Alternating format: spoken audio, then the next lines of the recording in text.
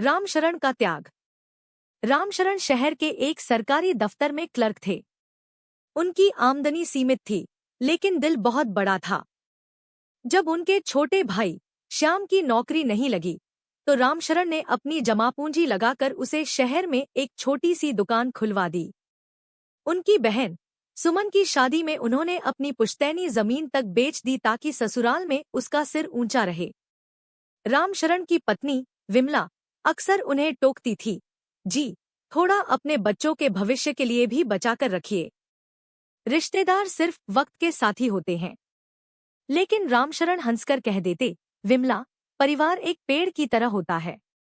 अगर जड़ें सूख गईं, तो पेड़ कैसे बचेगा? वक्त का तकाजा, जब किस्मत पलटी। वक्त बीता। श्याम की दुकान एक बड़े शोरूम में बदल गई। सुमन का पति एक बड़ा ठेकेदार बन गया। उधर रामशरण रिटायर हो गए।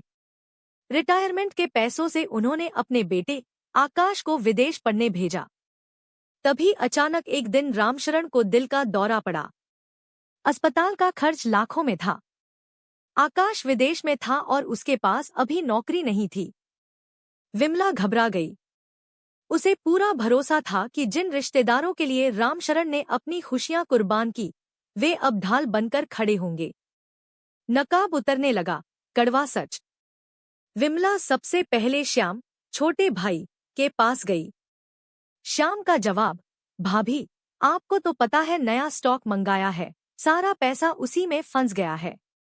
वैसे भी भाई साहब को सरकारी अस्पताल ले जाना चाहिए था, प्राइवेट में क्यों भर्ती कराया? सुमन, बहन, का बहाना, भाभी, मैं तो खुद परेशान हूँ।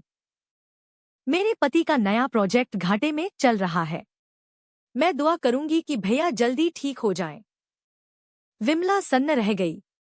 वही भाई, जिसके लिए रामशरण ने अपनी पढ़ाई छोड़ी थी, और वही बहन, जिसकी शादी के लिए उन्होंने जमीन बेची थी, आज पहचानने से भी इनकार कर रहे थे। अंतिम प्रहार, मतलबी रिश्तों का चेहरा। किसी तरह विमला ने अपने जेवर बेचकर और पड़ोसियों से उधार लेकर रामशरण का इलाज कराया।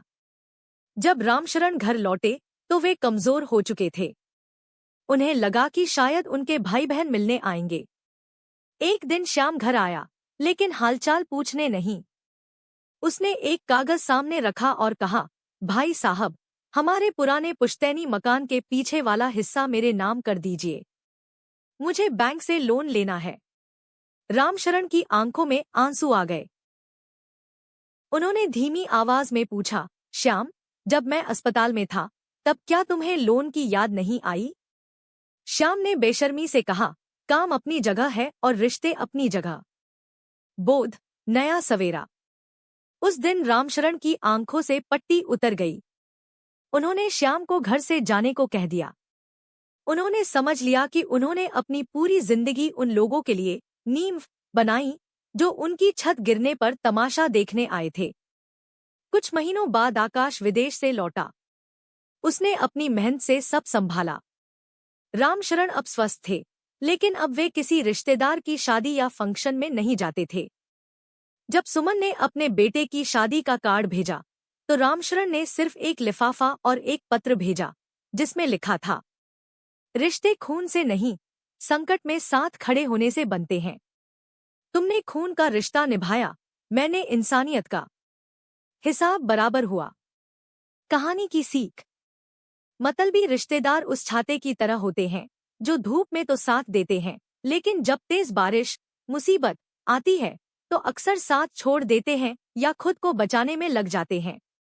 अपनी मेहनत की कमाई और जज्बात सिर्फ उन्हीं पर लुटाएं जो उनकी कद्र करना जानते हों।